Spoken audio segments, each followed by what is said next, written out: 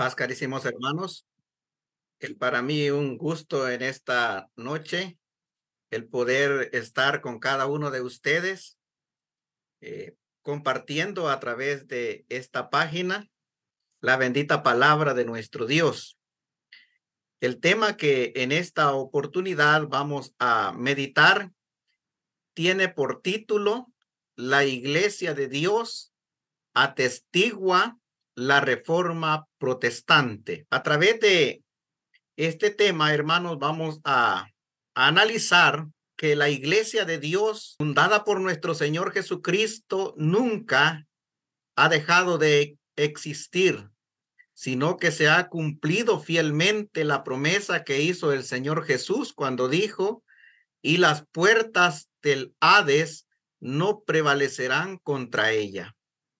Antes, hermanos, de continuar con este tema, quisiera que ahí donde ustedes están, me acompañen para hacer una oración a nuestro Dios. Bendito y eterno Padre que está en los cielos, alabamos y bendecimos su glorioso nombre, porque usted es el creador de todas las cosas y el que da vida a todas las cosas. Por eso venimos delante de su presencia para adorarle, para rendirle tributo, rendirle toda gloria, todo honor.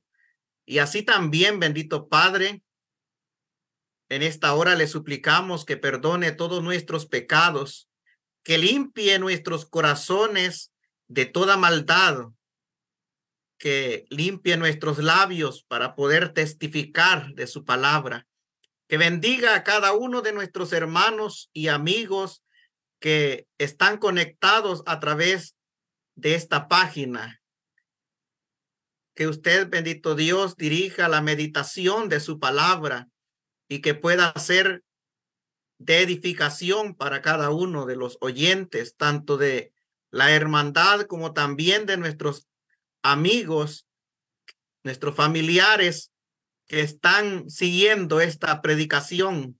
Le rogamos, bendito Padre, de que usted sea el que nos ayude para que pueda haber ese entendimiento, ese discernimiento de sus santas escrituras y también podamos pasearnos por lo que es la historia y ver cómo su iglesia ha ido avanzando a través de todo el mundo. Se ha cumplido esa palabra que su Hijo Jesucristo le dijo a sus apóstoles, y me seréis testigos en Jerusalén, en Judea, en Samaria y hasta lo último de la tierra. Bendito Padre, en esta hora le pedimos que bendiga a todo su pueblo esparcido en los diferentes lugares, que usted derrame de esas bendiciones espirituales y materiales. Pues todo, Padre amado, se lo venimos a suplicar y a agradecer en el nombre de nuestro Señor y Salvador Jesucristo. Amén. Muy bien, amados hermanos que nos sintonizan desde diferentes lugares, les enviamos un fraterno saludo de paz a cada uno de vosotros. Tenemos por aquí a algunos de nuestros hermanos. Quisiera aprovechar para saludar a mi hermano Rigoberto Rogel, que nos mira desde los Estados Unidos, y así también hay varios hermanos ya conectados para poder estudiar la bendita palabra del Señor. A través de lo que es este estudio, hermanos, vamos a meditar en lo que es la iglesia, la existencia de la iglesia antes de ese tiempo de la reforma. Porque déjenme decirle, amados hermanos, que algunos ignorantemente piensan que la iglesia de Dios tuvo sus inicios juntamente con el movimiento protestante, de allá por los años 1500, cuando se llevó aquella reforma entre los principales reformadores que nosotros conocemos. Estaba Martín Lutero, Juan Calvino, Zwinglio, entre otros.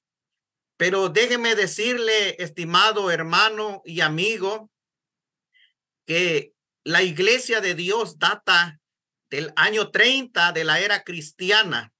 Fue Jesucristo mismo quien la fundó y que él enseñó también una doctrina, la cual él manifestó que no era propia, sino que esa doctrina es la que el Padre le había dado para aquellos que creyeran en él. Entonces, hermanos, la iglesia tiene una enseñanza celestial, una enseñanza la cual es genuina y que a través de los tiempos se ha venido predicando esa verdad, porque Jesús dijo que era necesario que se predicase el evangelio del reino, comenzando desde Jerusalén. La sede de la iglesia está en Jerusalén y su fundador es nuestro Señor Jesucristo, el cual compró a esa iglesia con su sangre. Usted puede leer lo que dice Tito capítulo 2 y versículo 14, el cual se dio a sí mismo para comprar, dice, una iglesia, para redimir para sí una iglesia propia, un pueblo propio que fuese celoso de buenas obras. También en Mateo 16, 18 dice, y las puertas del Hades no prevalecerán contra esa iglesia que él edificó sobre sí, porque la roca sobre la cual está fundada la iglesia es nuestro Señor Jesucristo. Él es la piedra angular, él es la cabeza de la iglesia, y la iglesia también es comparada con ese cuerpo de Cristo. A través de las páginas de las escrituras, en el último libro, en Apocalipsis, nosotros vemos el mensaje que se da a 7 iglesias que estaban ubicadas en el Asia Menor. Y estas iglesias, cada una, tenían características propias, tenían un grado de espiritualidad, pero también cada una tenía algunos errores, tenía algunas cosas que corregir, y nuestro Señor Jesucristo le da ese mensaje a cada ángel de cada iglesia, es decir, a cada pastor de cada iglesia. Pero también, aparte de existir literalmente esas iglesias como Éfeso, como la iglesia de Esmirna, Tiatira, Pérgamo y todas aquellas 7 iglesias, también es cierto que cada una de ellas cubre o se identifica con un periodo de historia de la iglesia de Dios. En este caso, hermanos, que estamos meditando, vamos a ver que se trata de la iglesia de Tiatira, una iglesia la cual sus características se dan justamente en el tiempo que duró la amalgamación de poderes, el poder imperial de los reyes y el poder papal. Tiatira quiere decir sacrificio de contrición, y eso indica que en ese periodo de tiempo la iglesia de Dios habría de ser sacrificada y perseguida por el poder católico. Vamos a tomar una lectura base en el libro de Apocalipsis, en el capítulo 2, versículo 18 al 29.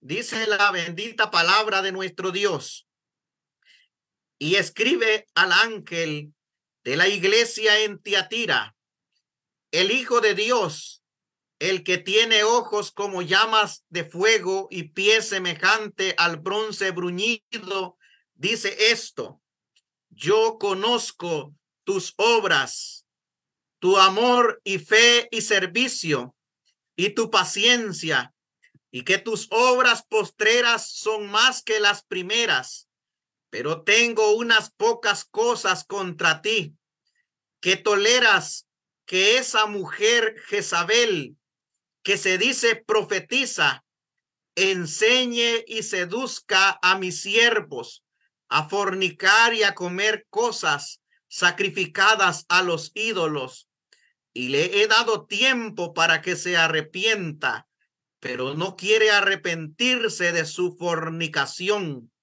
He aquí que yo la arrojo en cama y en gran tribulación a los que con ella adulteran, si no se arrepiente de las obras de ella, y a sus hijos heriré de muerte, y todas las iglesias sabrán que yo soy el que escudriña la mente y el corazón, y os daré a cada uno según sus obras.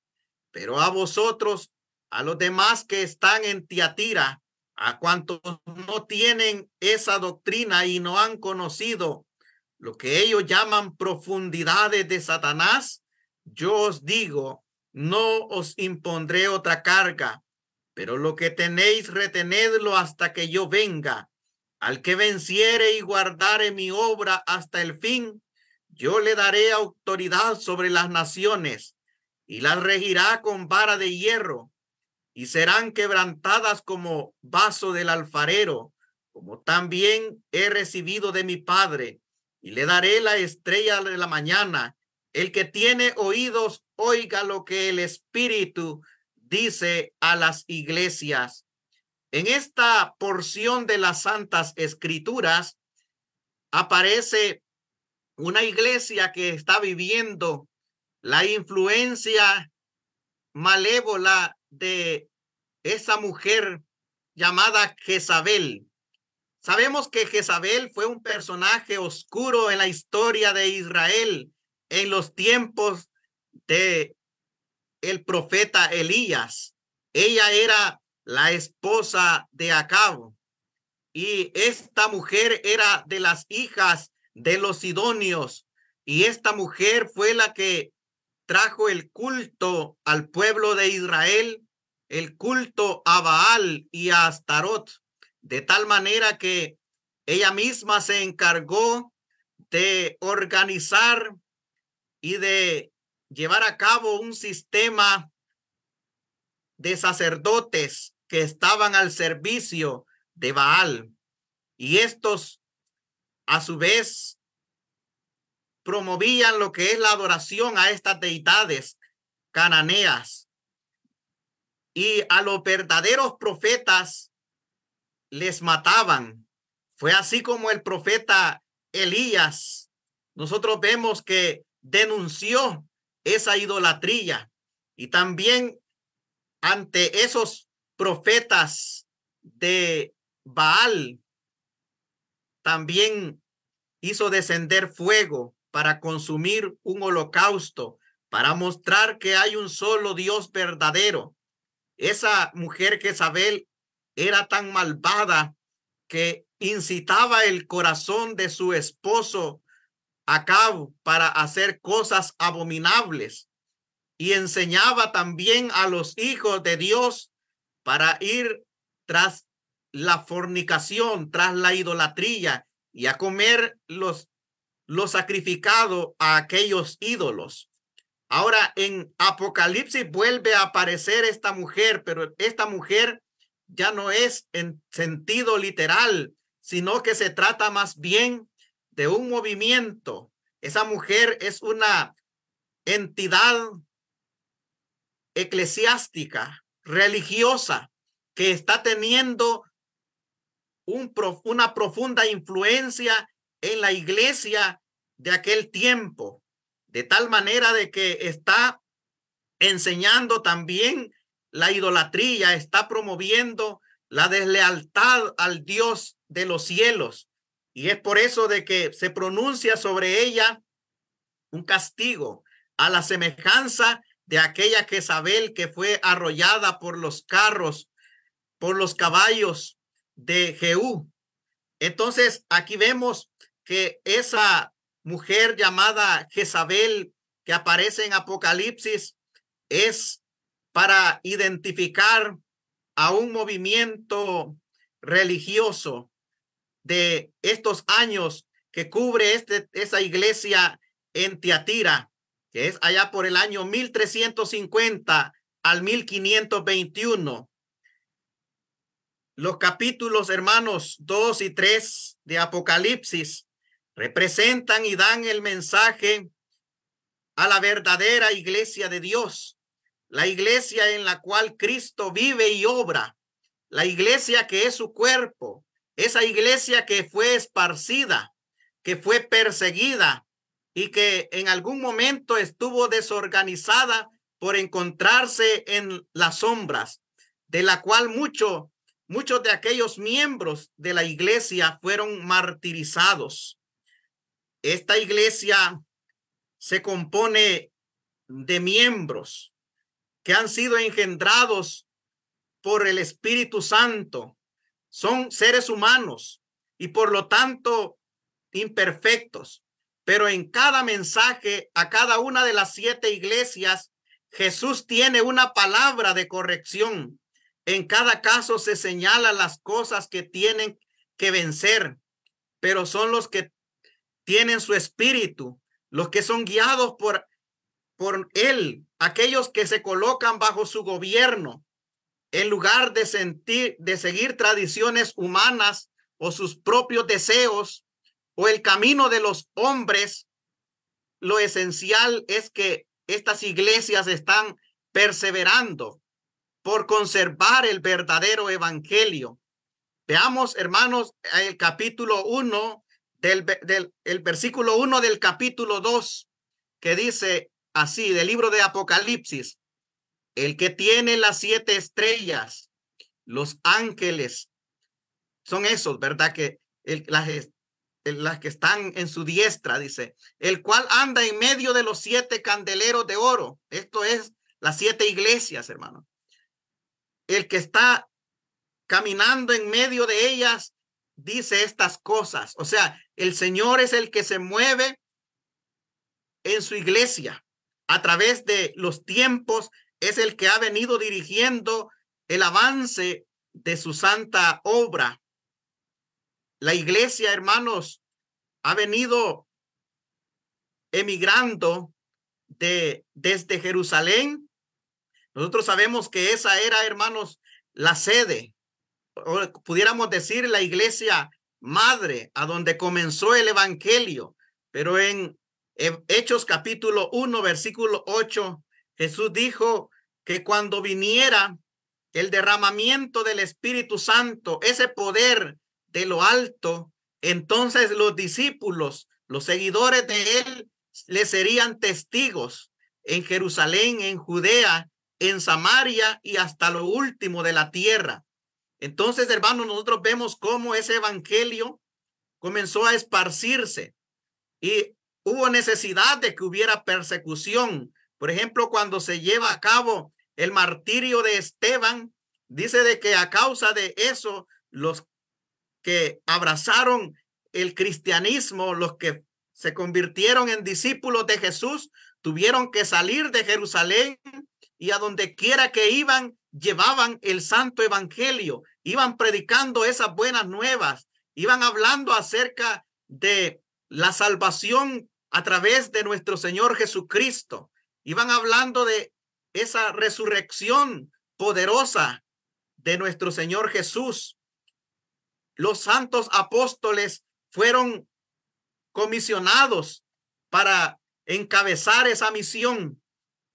Más adelante vemos al apóstol Pablo también siendo el ministro de los gentiles y que llevó el evangelio hasta lugares muy lejanos. Incluso fue hasta España y anduvo por el Asia Menor visitando y formando iglesias, iglesia de Dios, por supuesto. Pero después de los apóstoles, hermanos, ¿qué es lo que sucedió? Bueno, la iglesia pasó por un tiempo duro de persecución a través de los emperadores. Dice la Enciclopedia Británica que aquellos creyentes se les conoció como nazarenos. Y dice, hablando de los nazarenos, esta fuente británica dice que era una oscura secta judío-cristiana que creían en Cristo como el Hijo de Dios. Creían que Jesús había nacido de la Virgen María y que sufrió bajo Poncio Pilato y que resucitó de entre los muertos. Entre los gentiles, las iglesias en Asia permanecieron fiel a la palabra de Dios. Recordemos la historia de la iglesia verdadera en la vida de hombres como Policarpo y Polícrates. A estos les llamaban cuartodecimani. ¿Por qué les llamaban de esa manera? Porque observaban la verdadera Pascua en lugar del domingo de resurrección. Quiere decir de que estos hombres celebraban la cena del Señor, la celebraban el 14 de Nisan, como lo había enseñado nuestro Señor Jesucristo. Policarpo no solo había sido instruido por los apóstoles y conversado con muchos que habían visto a Cristo, sino que había sido también nombrado por los apóstoles de Asia como el obispo de la iglesia de Esmirna. Cuando Policarpo viajó a Roma para encontrarse con el obispo de Roma, que en ese tiempo era Aniceto, él discutió con ese obispo la cuestión de la introducción de la fiesta pagana de resurrección en lugar de lo que es la cena del Señor. El historiador Ireneo dice, porque ni Aniceto pudo persuadir a Policarpo a que no la observase, o sea, la cena del Señor en el 14 de Nisan, ni tampoco Policarpo pudo convencer a Aniceto. Pero Policarpo había sido con pinturas un discípulo, hermanos, la pintura de Juan, el apóstol, de Juan, el que recibió la revelación de Apocalipsis. Y él había estado siguiendo la enseñanza de los apóstoles. Y los apóstoles, hermanos, sabemos que la costumbre de ellos era que el 14 del mes de Nisan, la fecha en que se celebraba la Pascua en Israel, en esa fecha, hermanos, se conmemoraba la cena del Señor. Aniceto, el obispo romano, no tenía bases para defender lo que es el domingo de resurrección, o sea, celebrar en esa fecha la cena del Señor, pero él se obstinó en seguir la costumbre de los hombres. La controversia acerca de ese domingo de resurrección no terminó allí. 35 años después, Polícrates, que también era un seguidor de Policarpo, y Víctor, que 35 años más tarde era el obispo de Roma, tuvieron otro debate acerca de la celebración de la cena del Señor. Y estos querían extirpar la raíz de la iglesia de Dios, queriendo de que la costumbre del hombre se volviera en parte de la enseñanza, la cual ni Jesús ni sus apóstoles habían enseñado. Luego, hermanos, vemos que este Polícrates al hacer su defensa frente a Víctor, le dice que ni Felipe, ni Juan, ni los demás apóstoles, ni Policarpo mismo, nunca habían observado la cena del Señor en otra fecha que no fuera el 14 del mes de Nisan, porque se mantenían guardando la regla de fe.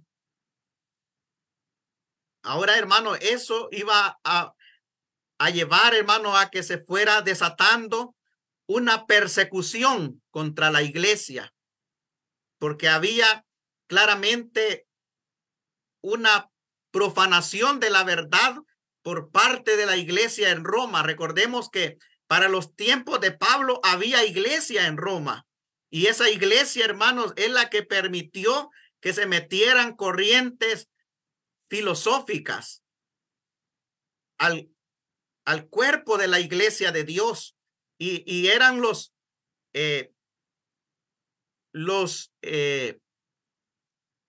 encargados, como en este caso, ¿verdad? Los obispos de esos lugares, de dar vida a esas falsedades. Eusebio, un historiador católico que vivió en los días de Constantino, él elogia el hecho de que este emperador de Roma haya intervenido en la cuestión del día que había de celebrarse la cena del Señor. Y él cita lo siguiente, dice, pero ya antes, dice, había tenido lugar otro desorden sumamente virulento que afligió a la iglesia durante largo tiempo. Me refiero a la diferencia relativa a el domingo de resurrección, porque mientras un partido sostenía que la costumbre judía, la fecha de la Pascua, el 14 de Aviv o Nisan, debía ser adherida, y el otro no quiso. O sea, él lo veía como dos partidos. Este emperador veía como que si eran partidos o sectas. De consiguiente, dice, estando así dividida la gente en todas partes en este asunto, no apareció ninguno que fuera capaz de idear, dice Eusebio, con ese remedio, porque la controversia estaba dividida imparcialmente entre dos bandos.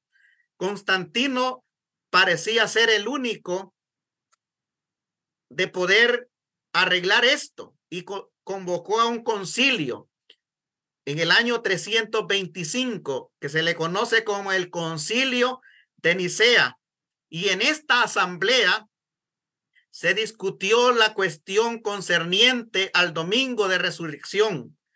En primer lugar, pareció una cosa indigna que en la celebración de esta fiesta siguiéramos, dice el historiador, las prácticas de los judíos.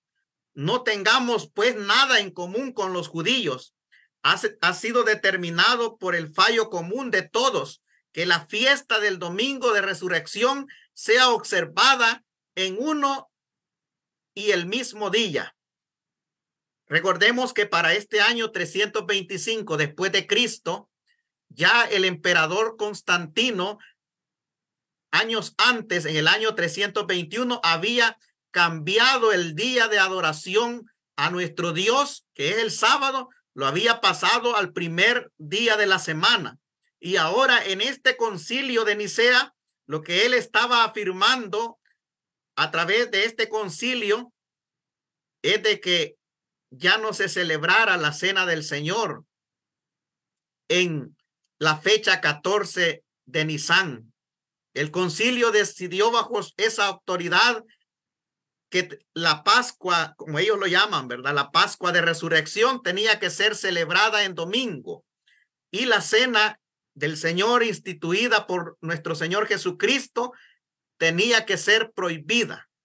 Y quiero citar, hermanos, lo que se decreta a través de Constantino Máximo Augusto a los herejes, porque ya en este tiempo aquellos que promulgaban esa fe genuina, esa fe que trajeron los apóstoles, ya se les empezó a tildar como herejes. Y vean la resolución que da Constantino, y dice: hablar de vuestra criminalidad en los términos que ésta se merece, demanda más tiempo y ocio del que yo pueda dar.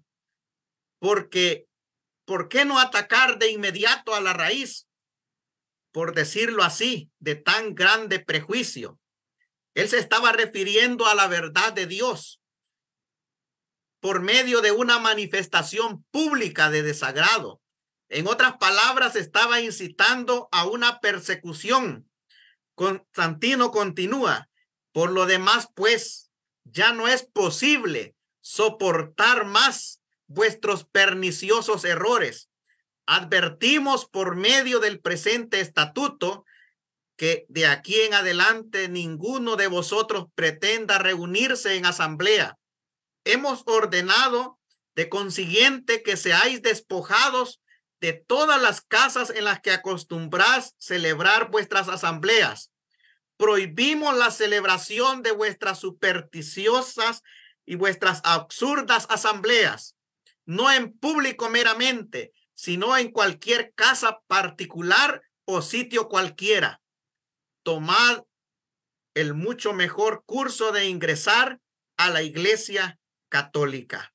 Hemos mandado que seáis positivamente despojados de cualquier punto de reunión para vuestras asambleas supersticiosas. Me refiero a todas las casas de oración, y que éstas sean traspasadas sin dilación a la Iglesia Católica.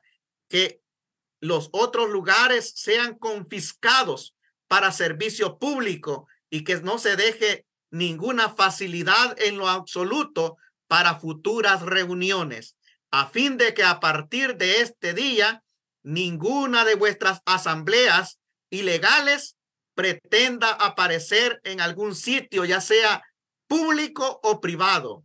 Hágase del conocimiento público el presente edicto. Esto, hermanos, lo he tomado de la vida de Constantino, escrita por Eusebio en el libro número 3. Ahí, hermanos, claramente Constantino está prohibiendo las reuniones, tanto públicas como privadas, y está confiscando las propiedades de los llamados herejes, aquellos que no estaban de acuerdo con la doctrina de Roma, y estaba también declarando que estos eran enemigos del sistema romano. Y por esa razón, hermanos, la iglesia verdadera fue forzada a huir al desierto. Nosotros sabemos, hermanos, que en Apocalipsis 12, ahí vemos cómo la iglesia, hermanos, dice de que se le dieron 2 alas de grande águila para que volase al desierto, en donde sería sustentada por tiempos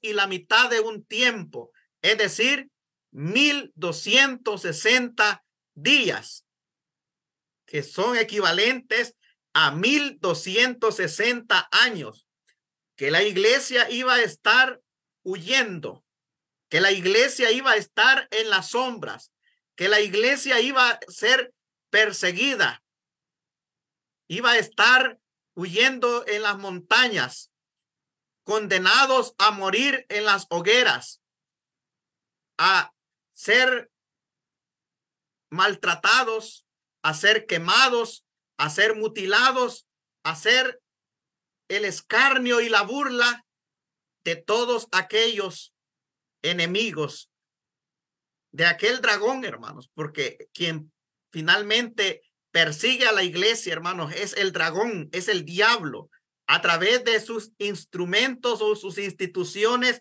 que tiene a su servicio. Parece algo increíble, pero es verdad.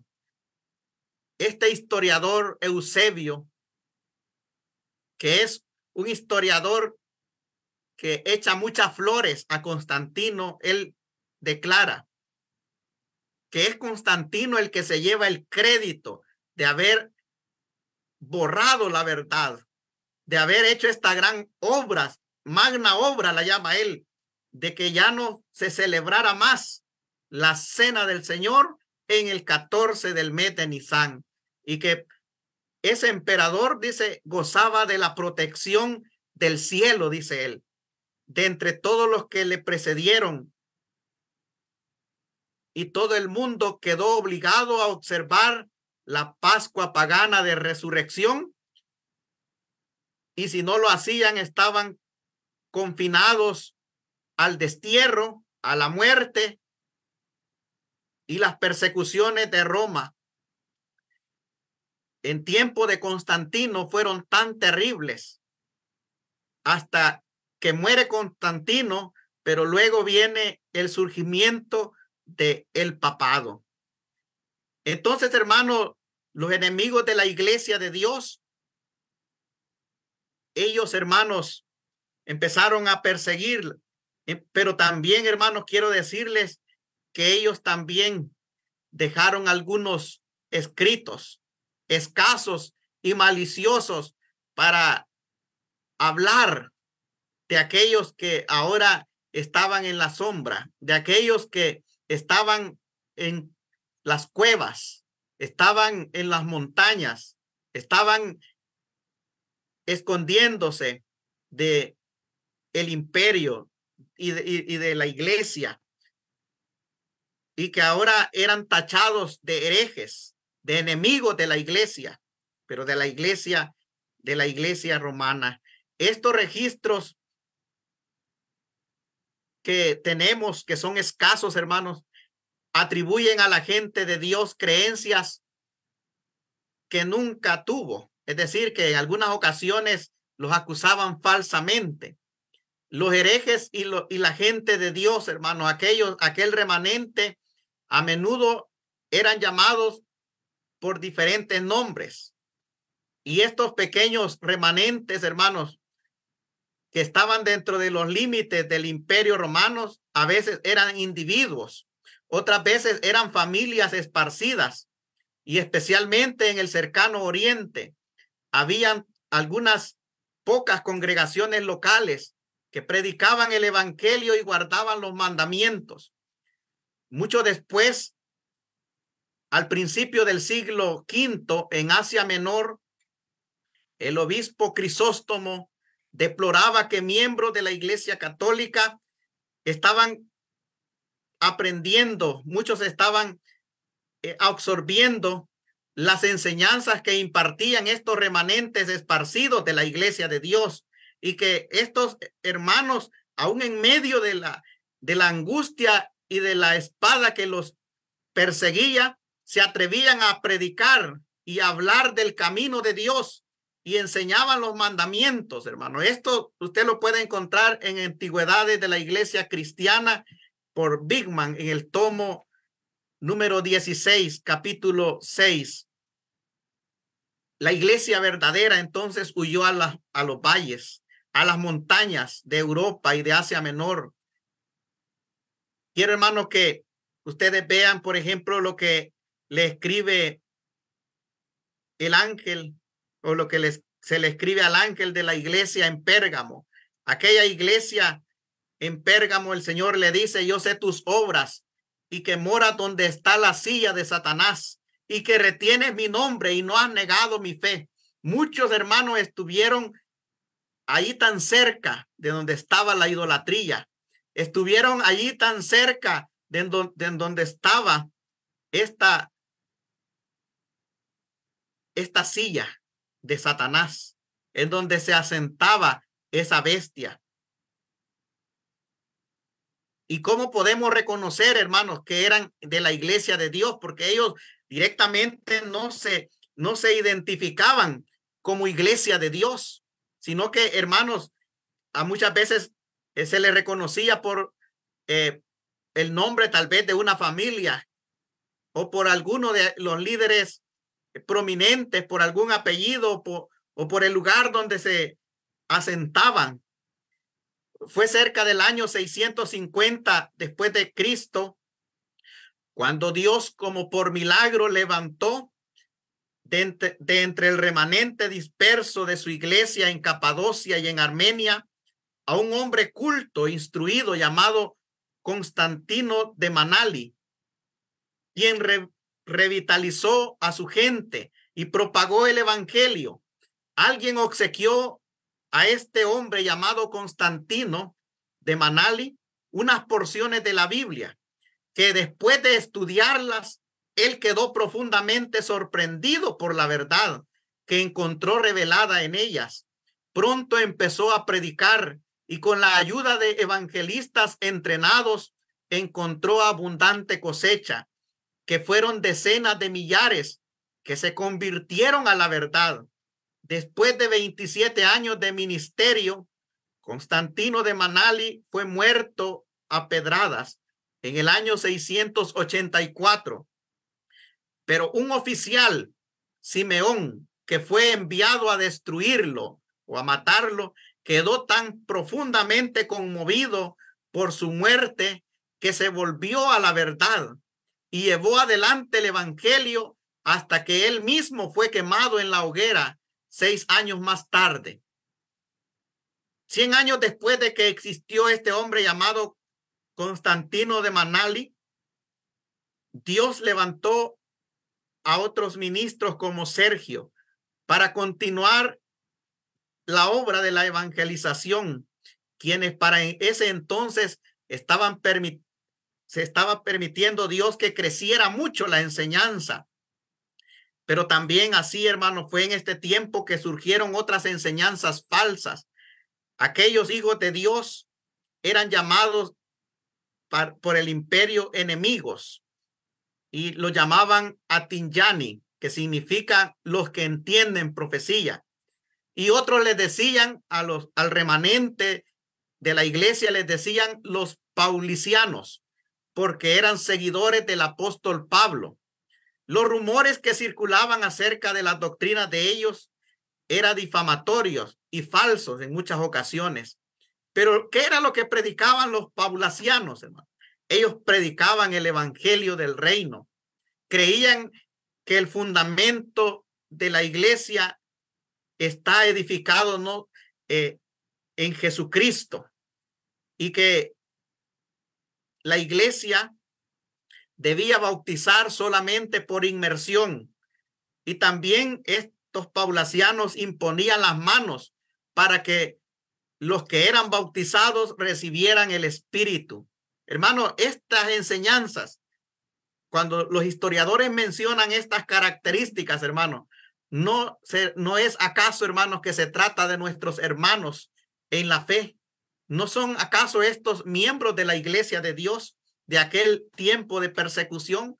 Por supuesto que lo son, amado hermano, porque la iglesia de Dios en donde se encuentre se distingue por esas marcas que lleva, por esa doctrina, por esa enseñanza.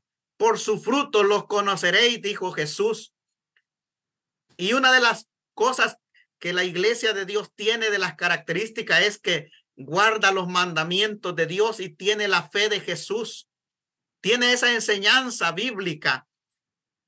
Y claro, hermanos, en ese tiempo donde los paulicianos comenzaban a crecer, el diablo estaba airado con esa gente que entendía el evangelio y que guardaba los mandamientos, y sabiendo que no podía quitarle su fe por la fuerza, lo sedujo introduciendo falsos maestros que les enseñaron, como dice Apocalipsis 2:14, la doctrina de Balaán.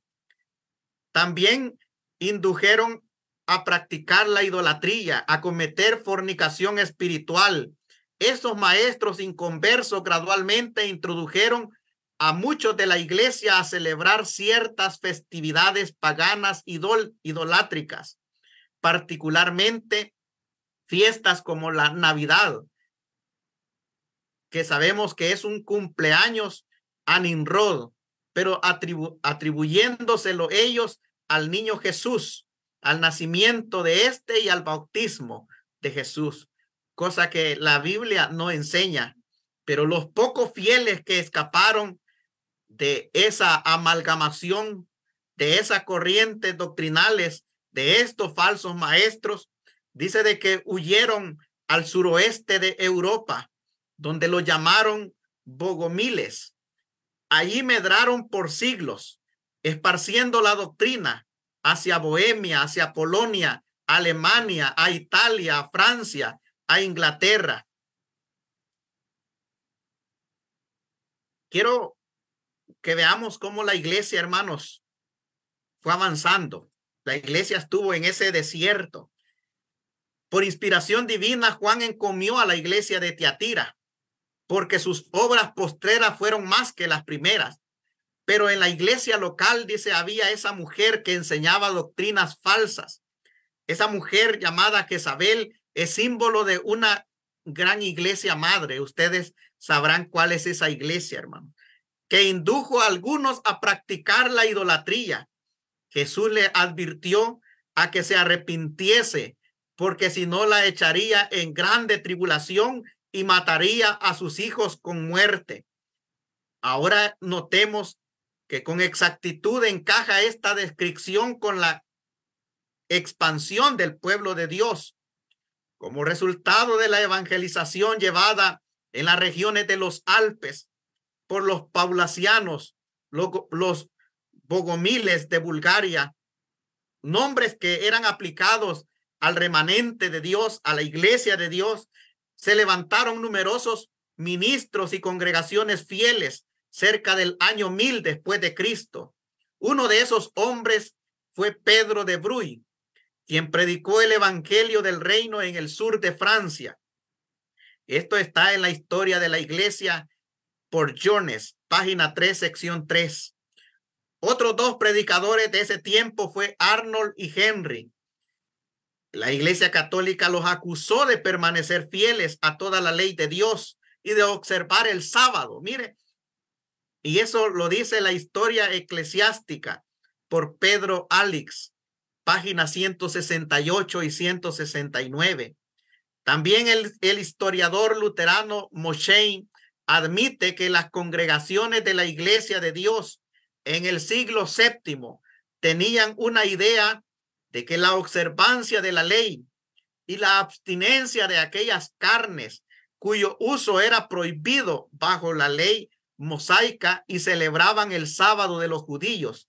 Y en segundo dogma distinguían también a estos grupos por su oposición a las tres personas en la naturaleza divina. Es decir, hermano, estos grupos que estaban allí, ¿verdad?, predicando y que eran contrarios a la enseñanza romana, ¿qué predicaban? Predicaban la observancia de los mandamientos de Dios, la abstinencia de comer carnes inmundas, y predicaban también contra la Trinidad, doctrina que fue fraguada en los concilios de Roma. No es una doctrina bíblica, no es una doctrina cristiana. Una cruzada fue instituida en contra de los integrantes de la iglesia verdadera en el sur de Francia y miles perecieron. Pero cuando parecía que la obra pronto se terminaría, Dios levantó un líder aún más grande entre el pueblo de Dios. Estaba ya por concluirse el siglo XII y en Lyon, Francia, vivía un comerciante extraordinariamente próspero que se llamaba Pedro Gualdo. Un día, estando en compañía algunos ciudadanos principales, estaba él reunido y de repente uno de sus amigos cayó muerto a su lado. Espantado, él se preguntó si la muerte lo hubiera sorprendido a él, ¿qué hubiera sido de su alma? Para ese tiempo, Gualdo vivía en medio de una comunidad de los Alpes, a los cuales se les llamaba valdenses. Pero para ese tiempo, Gualdo, siendo un católico, preguntó a un teólogo católico cuál es el camino perfecto. Y este teólogo le dijo: si quieres ser perfecto, anda, vende lo que tienes y dalo a los pobres y tendrás tesoro en el cielo y sígueme. Esto se encuentra en Comba, Historia de los Valdenses, página 21. Waldo dice de que vendió, este hombre, Pedro Waldo, vendió su propiedad, así como le dijo aquel teólogo, y la distribuyó entre los pobres, y otra parte la dio a dos de sus hijas, y dejó una tercera parte de esa riqueza para hacer una traducción de las Sagradas Escrituras. En esa traducción notó el mandamiento a los apóstoles de predicar el evangelio del reino de Dios. Su mente empezaba a entender las Santas Escrituras y Dios comenzó a usar a Pedro Waldo. Comba dice que él empleó en el estudio de las Escrituras el práctico sentido común que le había guiado en sus transacciones de negocios. La palabra de Cristo eran suficientemente claras para Waldo. Era simplemente cuestión de aparejar una traducción literal. El humilde remanente de la iglesia de Dios, hermanos, escuchó a Waldo y pronto se arrepintieron muchos nuevos discípulos. Llegó a tener tantos colaboradores como discípulos y el mundo, hermano, los empezó a conocer como los valdenses. La iglesia de Dios proclamaba una vez más el evangelio. Se estableció una escuela para ministros a fin de entrenar ayudantes que llevaran el evangelio a otras naciones. El asombroso registro de esta gente, fechada en 1404, y aún se conserva. No encontramos en ningún lugar de las escrituras del Antiguo Testamento que la luz de la verdad, dice, mire, este es un escrito, hermano, de los valdenses, y dicen este escrito, no encontramos en ningún lugar de las escrituras del Antiguo Testamento que la luz de la verdad y de la santidad haya sido en ningún tiempo completamente extinguida. Siempre hubo hombres que caminaron fielmente por la senda de justicia. Su número fue a veces reducido a un mínimo, pero nunca se perdió enteramente. Creemos que ha sido el mismo caso desde el tiempo de Jesucristo hasta ahora y que será hasta el fin, porque si la iglesia de Dios fue fundada, lo fue con el propósito de permanecer hasta el tiempo del fin. Nosotros no creemos que toda la iglesia de Dios se apartó absolutamente del camino de la verdad, sino una porción se rindió y, como es comúnmente visto, la mayoría se fue conducida hacia el mal. Esto está citado en la historia de Comba, página 10 y 11. Era lo que afirmaban los valdenses. Ellos reclaman venir desde el tiempo de los apóstoles y ellos dicen, creemos fielmente que la iglesia fue fundada con un propósito y que fue un grupo que se separó de la iglesia, que se dejó contaminar, que se rindió ante el poder del emperador, porque es cierto, hermanos, en el tiempo de Constantino, cuando se da aquella amalgama de doctrinas, hermano, el paganismo se introduce a la iglesia, hermano, y traen todas aquellas enseñanzas, hermanos, de la Trinidad, del día domingo como día del Señor, de el culto a los ídolos y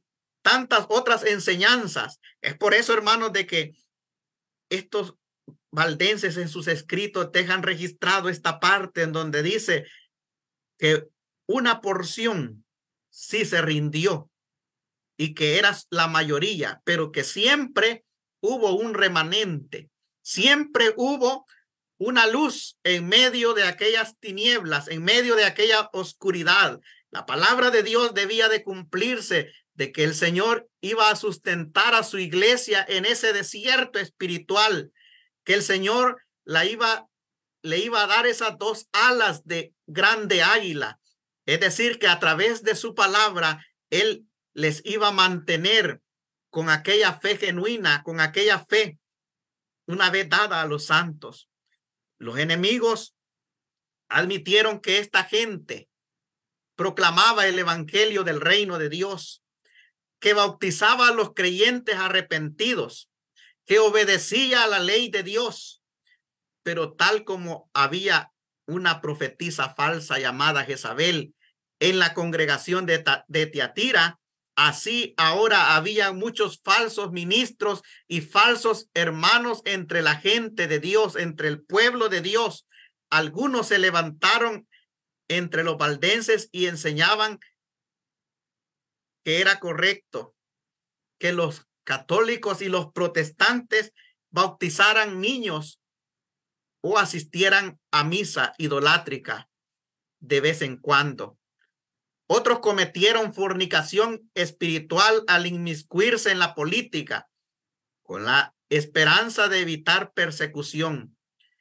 Para corregir a su gente, Dios permitió que se levantara contra ellos una terrible cruzada.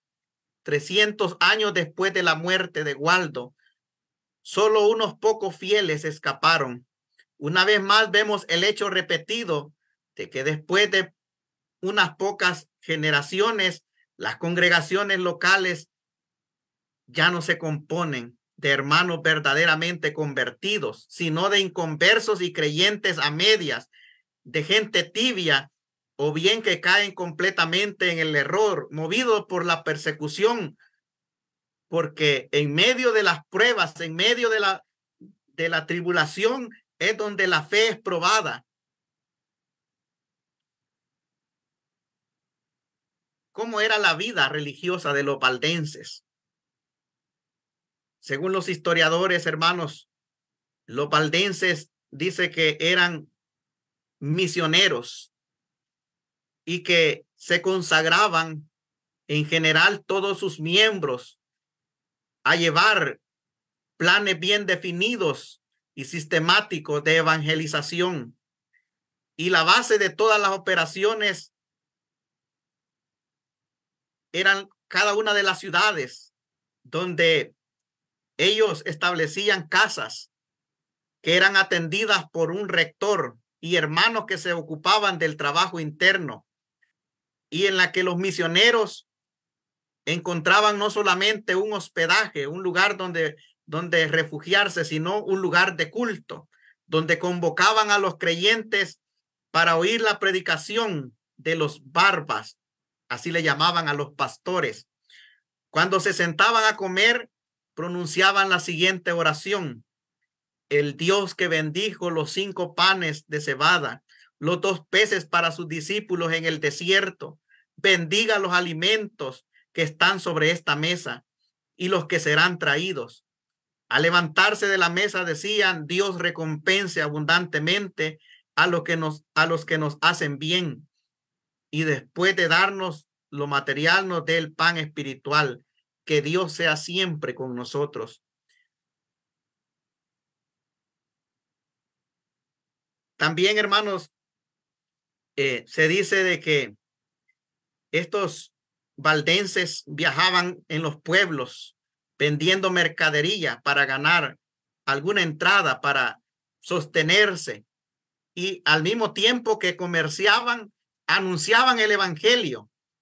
Después de preparar sabiamente el terreno, dicen de que ellos entraban ofreciendo alguna mercadería, algunas joyas, y si la gente les preguntaba si tenían alguna otra joya, ellos les decían: si tenemos joyas más preciosas que las que ustedes han visto, se las mostraremos si se comprometen a no denunciarnos al clero. Cuando obtenían la promesa formal de que se mantendría en secreto, proseguían: tenemos una piedra preciosa, tan brillante por su luz que el hombre puede ver a Dios, tan radiante que puede encender el amor de Dios en el corazón del que la posee. Y así continuaban hablando hasta presentar la enseñanza de las escrituras. Algunos llevaban en sus vestimentas algunos escritos, algunos trozos de la palabra de Dios que les regalaban a las personas a las cuales le llevaban el mensaje. El culto entre ellos consistía principalmente en la lectura de la palabra de Dios, seguido de explicaciones y de exhortaciones. Terminaban repitiendo de rodillas el Padre Nuestro. La lectura de la Sagrada Escritura ocupaba un lugar muy importante en la vida de este pueblo valdense. Se dice, un historiador dice, entre nosotros enseñan los hombres y las mujeres a los alumnos de una semana, ya enseñan a otros, dicen. Entre los católicos se encuentra difícilmente un maestro que pueda repetir de memoria, letra por letra, capítulo tras capítulo. Pero entre nosotros es tan difícil hallar a un hombre o a una mujer que no pueda repetir todo el Nuevo Testamento en su idioma nativo. Esos eran los valdenses, hermano. Gente que memorizaba todo el Nuevo Testamento, hermano. Gente la cual se ocupaba de lleno en el estudio de la palabra de Dios. Las creencias de los valdenses, según se desprenden de algunos de sus escritos y aún de algunos de sus adversarios, han sido estudiados a fondo y expuestas por Juan Francisco Gay en su tesis teológica presentada a la Academia de Lausana en el año de 1844. Y de ese estudio que presenta este hombre, resulta allí, hermano, aquellas doctrinas de fondo que profesaban los valdenses, mismas que profesa hoy la Iglesia de Dios, hermano. Por eso, hermanos, nosotros nos identificamos con ese grupo de hermanos que estaban llevando a cabo esa obra de llevar la palabra en medio de tiempos difíciles. ¿Cuáles eran esas enseñanzas que tenían los valdenses? Dice, las Sagradas Escrituras eran para ellos la única regla de fe y de práctica. Todo lo que podía demostrarse por medio de ella era aceptado como divinamente revelado, pero lo que se enseñaba sin esa base era rechazado como doctrina de hombres e innovaciones peligrosas. Sostenían que la escritura debían de ser leída por todos los creyentes y que no solo los que tenían el don de enseñanza de la doctrina podían hacerlo. Condenaban como absurdo el uso de una lengua desconocida en los actos de culto. La fe verdadera está siempre acompañada de buenas obras, pero no son las obras las que salvan. El pecador es justificado delante de Dios solamente por la fe en Cristo Jesús. Hermano, el tema que nos ocupa se llama la Iglesia de Dios atestigua la Reforma protestante. Atestiguar es ser testigo de un suceso o de un evento. Y para ser testigo de algo hay que estar presente, hay que haber visto. Y si la iglesia surge después de la Reforma protestante, la iglesia no podría atestiguar de algo que no estuvo presente. Y por lo cual, hermanos, tendríamos que admitir dos hechos importantes. Número uno, tendríamos que admitir que la iglesia de Dios quedó extinguida en el curso de los primeros siglos, cosa que no es cierto, hermano. Número dos, tendríamos que admitir que la iglesia católica fue la primera iglesia y la verdadera iglesia, y que es esa iglesia la que se vino corrompiendo con el brote de la historia profana. Hermanos, nosotros sabemos que la iglesia no surge a partir de ese cisma que se da en la iglesia católica, que se le conoce como la Reforma protestante. No, hermanos, la iglesia venía desde antes, viene desde nuestro Señor Jesucristo, solamente que recibiendo nombres diferentes. Aquellos que iban por las cuevas, por los valles, por los montes, se les conocían, ya vimos, como paulasianos, se les conocía como valdenses, en algunas partes le llamaban loyaristas, Y así, hermanos, tuvieron diversos nombres. Por ejemplo, aquí vemos que los valdenses ya atestiguaban o ya predicaban que la verdadera fe o la salvación no es por las obras, sino por la gracia, que es la fe en Jesús la que salva. Fue hasta años más tarde, hasta el año de 1517, que Martín Lutero también en sus 95 tesis incluye también este término de la fe solamente por gracia, pero ya la iglesia, hermanos, antes había estado enseñando. Claro, la iglesia siempre ha mantenido una doctrina pura, una doctrina genuina. Y dice aquí, hermanos, que ellos sostenían que la escritura es la única fuente para la enseñanza. Y todo aquel hombre que quisiera desviarse de la escritura, ellos lo rechazaban categóricamente. La fe verdadera, dicen ellos, siempre va acompañada de las buenas obras. Es decir, nosotros somos salvos para buenas obras. No somos salvos por las obras, sino para buenas obras. Entonces, hermano, a eso que se llama méritos hechos por los hombres, ellos manifestaban que no pueden expiar el pecado y dar salvación. También ellos, dice de que consideraban la misa como una abominación a Dios. También decían que Cristo fue ofrecido una sola vez por los pecados de muchos y que las indulgencias que concedía la iglesia romana no tienen ningún valor. Mire, todo esto la iglesia ya lo venía predicando contra ese sistema, hermanos. También ellos predicaban de que el purgatorio no existe y que todo lo que se hace para la salvación de los muertos son cosas inútiles. Repetir oraciones en una lengua desconocida es un acto sin beneficio. También ellos afirmaban que Jesús es el único mediador entre Dios y los hombres, según la enseñanza de Pablo en la primera epístola a Timoteo y otros pasajes en la Biblia. También, hermanos, ellos rechazaban el culto a los santos y a las imágenes. Lo denunciaban como idolatría que Dios desaprueba. También ellos manifestaban que solo es iglesia verdadera aquella que profesa la doctrina pura, que se distingue por la santidad de sus miembros y administra las ordenanzas del bautismo y de la cena del Señor en conformidad con la institución primitiva, es decir, en la fecha 14 del mes de Nisan. También estos valdenses promulgaban que la iglesia de Roma no es la iglesia de Jesucristo, sino que es la ramera apocalíptica embriagada con la sangre de los santos y que hay que salir de ella para escapar de los castigos que sobrevendrán a los que participan de sus abominaciones. También ellos manifestaban que el Papa es el hombre de pecado, el hijo de perdición mencionado en segunda de Tesalonicenses capítulo 2. También hablaban ellos de la gracia de Dios que se recibe por medio de la fe y no por una virtud sacramental.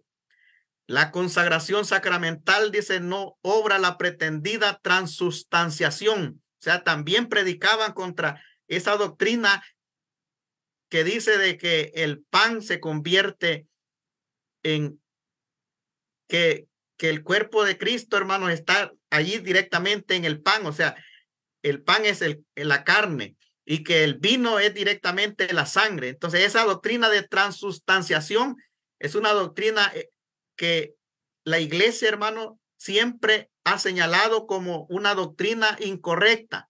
También ellos denunciaban la adoración de la hostia en un acto como un acto idolátrico. También la misa la consideraban un sacrilegio que fue inventado para abolir la cena del Señor. También ellos decían que hay que confesar los pecados a Dios, que las penitencias no son necesarias y que Cristo perdona y envía en paz a los pecadores sin imponerles penitencia. Hermano, todo lo que yo les acabo de mencionar, hermano, ¿no es acaso lo que la iglesia de Dios cree y sostiene hasta hoy en día, hermano? No nos identificamos nosotros, hermano, y nuestro corazón arde al saber que nuestros hermanos en todas las épocas de la iglesia, hermano, han sostenido la misma enseñanza. Y dice que ellos, basados en el sermón del monte, interpretado literalmente, dice, condenaban los juramentos, el juramento civil, el servicio militar, la pena capital y todo derramamiento de sangre y de peleas. A la pureza doctrinal ellos unían la santidad de la vida, que confundía más a los encarnizados enemigos. Los inquisidores decían de ellos, mire lo que dijo un contrario, hermano, un enemigo de estos valdenses, dijo, uno puede conocerlos por sus costumbres, por sus conversaciones, ordenados, moderados, evitan el orgullo en el vestido, que son de telas, ni viles ni lujosas, no se meten en negocios a fin de no verse expuestos a mentir, ni a jurar, ni a engañar. Como obreros viven del trabajo de sus manos. Sus mismos maestros son tejedores o zapateros. No acumulan riquezas y se contentan de lo necesario. Son castos sobre todos los leoneses y moderados en sus comidas. No frecuentan las tabernas ni los bailes, porque no aman esa clase de frivolidades. Procuran no enojarse, siempre trabajan y sin embargo hayan tiempo para estudiar y para enseñar. Se les conoce también por sus conversaciones, que son a la vez sabias y discretas. Huyen de la maledicencia, se abstienen de dichos ociosos y burlones, así como la mentira. No juran y ni siquiera dicen es verdad o ciertamente, porque para ello eso equivale a jurar. Admirable sabiduría, hermanos, que Dios dispuso que el elogio de su siervo fuese escrito por sus mismos verdugos, y esto es conservado a través de los siglos hasta nuestros días. Entonces, esos eran los valdenses, hermano. Y después, en el año 1315 después de Cristo, hermano, mucho antes de que ocurriera la cruzada contra los valdenses, la verdad de Dios también fue llevada a Inglaterra por un ministro valdense alemán llamado Walter Loyer. Este arraigó profundamente por un tiempo hasta la Reforma Protestante. Dice de que un grupo de Lollardo dirigió al Parlamento una petición con 12 conclusiones que revelaban las ideas básicas de los Lollardos.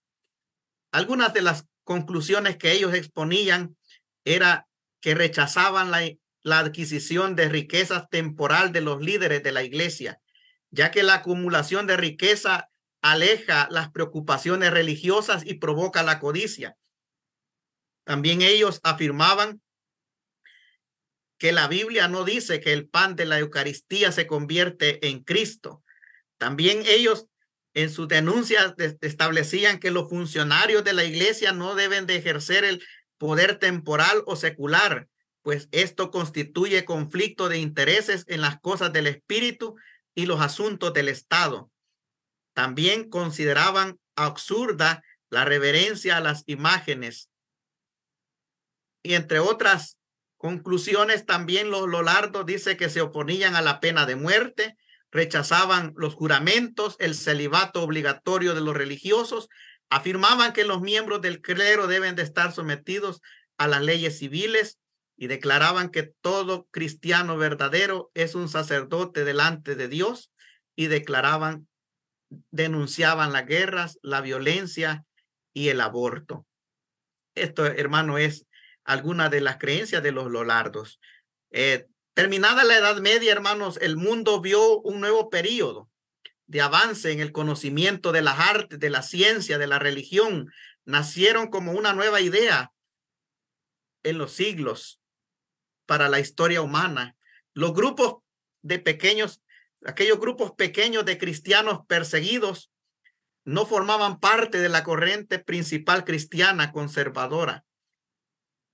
En medio de la adversidad, hermanos, allá en Europa, dice de que habían esos grupos que se aferraban a la doctrina de los apóstoles, que conservaban esos fragmentos de la palabra de Dios, que memorizaban largos textos bíblicos, que predicaban del advenimiento de Cristo y que llevaban esas huellas de la enseñanza apostólica.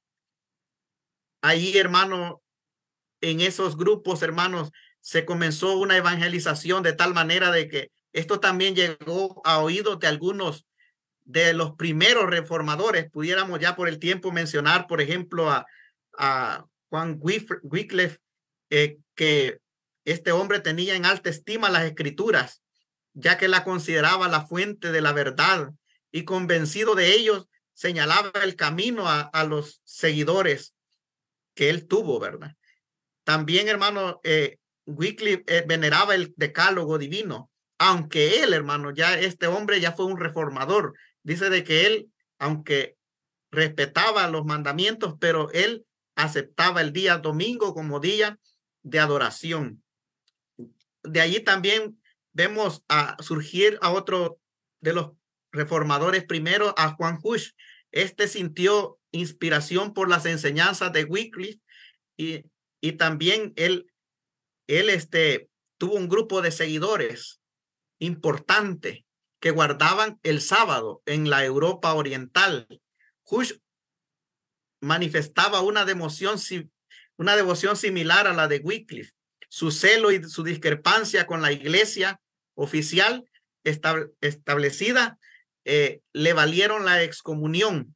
Fue juzgado como hereje y sufrió la muerte en el año de 1415. Estos hechos en Inglaterra y en la Europa central, hermano, allanaron el camino para los cristianos sabatarios de Europa, que más tarde de Inglaterra emigraron hacia América. Hermano, en esta noche hemos visto entonces de que la iglesia de Dios, hermanos, ha existido desde el año 30, que su fundador es Jesucristo, nació en Jerusalén, que cuando vino la persecución tuvo que ir a esconderse, pero hermano, cuando se dio la reforma, mi hermano que antes daba un mensaje, mi hermano Herbert Blanco, él hablaba de esa reforma protestante, cómo esa reforma vino a ayudar para que la iglesia saliera de las sombras. Si usted desea más información sobre ese tema, puede ir al video que mi hermano tiene en YouTube y allí el hermano amplía acerca de la reforma. Lo que en esta noche pretendíamos y espero haberlo logrado, hermanos, es que hacer ver que la iglesia, hermano, no comienza en los Estados Unidos, hermano. Algunos la sitúan allí también. Dicen la iglesia de Dios que comienza después del movimiento milarista. Guillermo Miller fue un hombre que predicó el advenimiento y dio fecha y se llevó junto con Elena White un gran chasco. Y bueno, a partir de ahí pues vemos a algunos grupos que guardaban el sábado, por ejemplo, y algunos por allí, ¿verdad? Nos asocian que la iglesia viene desde ese tiempo, pero déjeme decirle, estimado hermano, amigo que nos sintoniza, que la iglesia de Dios es una iglesia que dio inicio, que arrancó esa nave allá en Jerusalén y que esa enseñanza, hermanos, es necesario que sea predicado ese evangelio a todas las naciones y después de esto vendrá el fin de la predicación del evangelio. El evangelio ha llegado hasta nuestros días directamente desde Jerusalén. Tengamos la certeza, hermanos, de que somos la iglesia fundada por Cristo. Ahora, hermanos, falta que nosotros también seamos estudiosos de la palabra de Dios, que vivamos esa vida de santidad como aquellos grupos, hermano, aún en medio de las sombras brillaron, hermano, y aún los enemigos, los verdugos, llegaron a decir, estos que están escondidos allí en las cuevas son gente temerosa de Dios, gente que no come de todo, gente que guarda los mandamientos. Hermano, también nosotros hoy en este tiempo debemos de estimarla y vivir la sana doctrina, porque, hermano, para que llegara hasta nuestros tiempos, corrió mucha sangre, hermano. Hubo persecución, se llevó aquella inhumana, lo que se le llamó santa, que de santa no tuvo nada, ¿verdad? Santa Inquisición. pero bendito sea Dios, hermano, que siempre hubieron hombres que ofrendaron su vida, que no escatimaron nada para que el mensaje de la palabra de Dios llegara hasta nuestros tiempos, porque la promesa del Señor Jesús no puede quedar, hermanos, no puede quedar burlada. Y él dijo: sobre esta roca edificaré mi iglesia y las puertas del Hades no prevalecerán contra ella. De esta manera, amados hermanos, llegamos al final de este tema y quisiera, hermanos, saludar a todos mis hermanos que han estado pendientes a través de la página de la Iglesia de Dios Enlace. Son muchos hermanos, no los puedo mencionar a cada uno por nombre, pero siento gran alegría que estén acá, hermanos, y vamos a ir llegando, hermanos, ya al final de esta transmisión, esperando que sea de beneficio para nuestras vidas. Quiero que hagamos una oración a nuestro Dios ahí donde se encuentran. Bendito y eterno Padre Celestial, te alabamos y te bendecimos, buen Padre, por regalarnos en esta noche este estudio de tu palabra.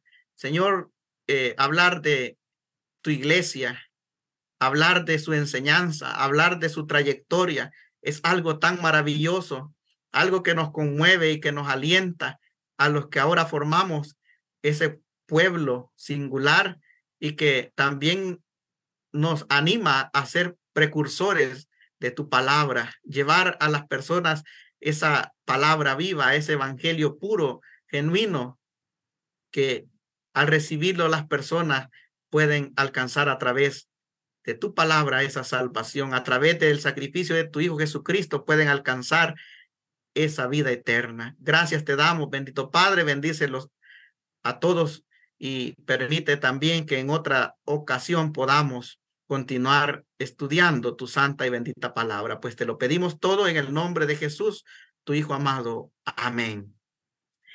Recibamos, hermanos, la bendición de nuestro Dios, que dice así: Jehová te bendiga y te guarde. Haga Jehová resplandecer su rostro sobre de ti y haya de ti misericordia. Jehová alce a ti su rostro y ponga en ti paz. Paz, carísimos hermanos y amigos.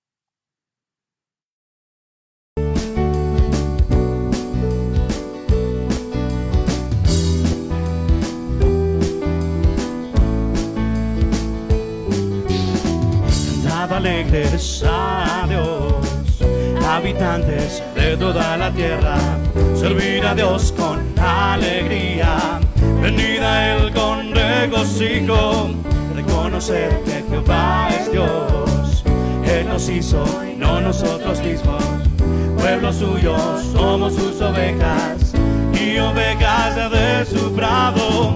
Cantad alegres a Dios, habitantes de toda la tierra, servir a Dios con alegría, venid a Él con regocijo, reconocer que Jehová es Dios, Él nos hizo y no nosotros mismos, pueblo suyo somos sus ovejas, y ovejas de su prado.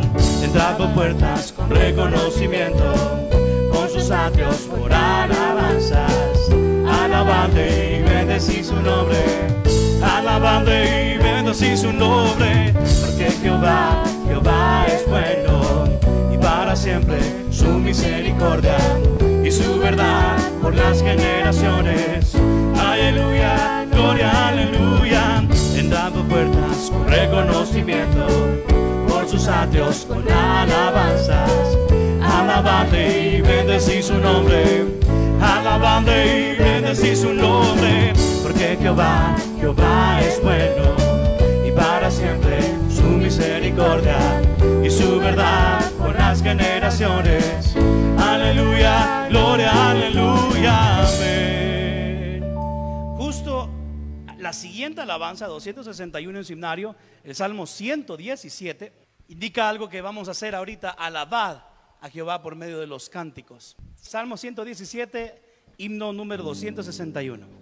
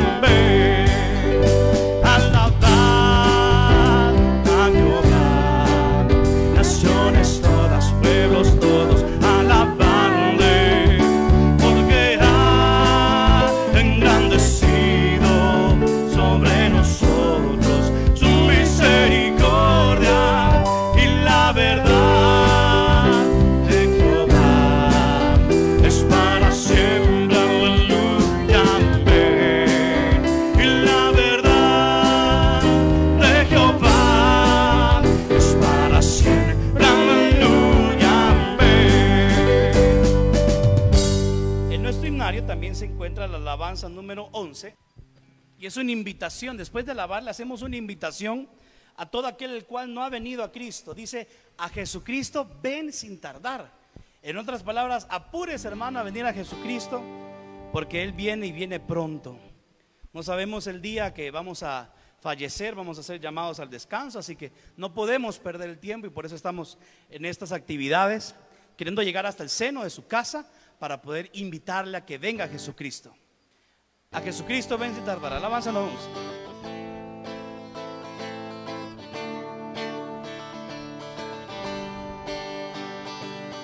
A Jesucristo ven sin tardar, que entre nosotros hoy Él está y te convida, conduce a pan tierno diciendo ven.